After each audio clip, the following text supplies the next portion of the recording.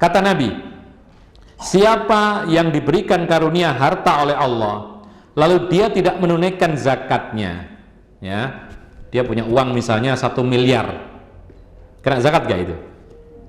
Hah? Ya kena lah. Tapi karena 1 miliar kan sudah mencapai nisab, kadar minimal wajib zakat, tapi ditunggu setahun.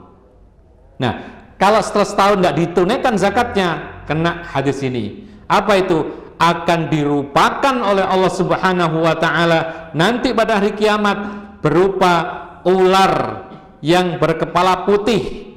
Akra itu kepalanya licin, ya. Lahu zabibatani, ular ini memiliki 2 apa yang kayak kumis itu ya. Antum tahu lele kan? Lele itu ada apanya? Sungut ya, bahasa Indonesia itu. Hah? Sungut, ngerti ya? Masa sungut? Kumis, bukan kumis ya. Kumis kan pendek, ini panjang gini, ya. Jadi ular ini kepalanya putih, licin, kemudian memiliki sungut 2 kanan kiri, ya. Dikalungkan kepada dirinya pada hari kiamat, kemudian dia gigit. Jadi ular yang besar ini menggigit tangannya, ya, dengan kedua rahangnya yang kuat. Kemudian ular ini mengatakan, sayalah harta yang kau simpan selama di dunia.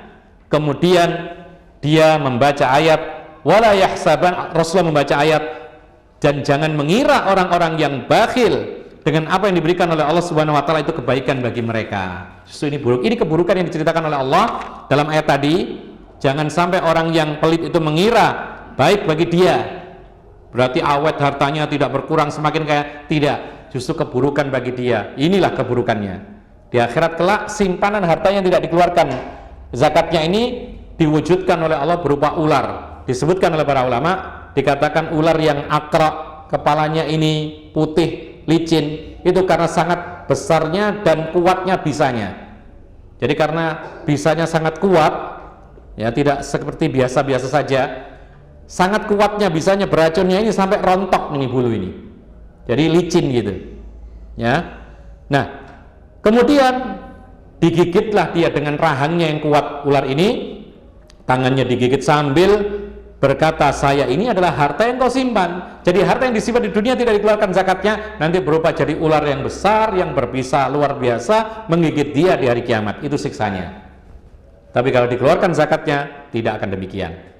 Kemudian Rasulullah ketika menceritakan demikian, lalu Nabi membaca ayat, wala yahsabanna alladziina yabkhaluna bima atahumullahu min fadli. Tadi menyebutkan tentang bagaimana orang-orang yang bakhil, yang mengira ketika dengan pelit dan bakhilnya itu aman hartanya, tidak berkurang. Tidak, justru ini adalah keburukan bagi dia. Di antaranya adalah ini di akhirat dibicarakan, yaitu azab dari Allah. Belum lagi di dunia tadi penurunan harga mata uang dan lain sebagainya, ini belum disebutkan.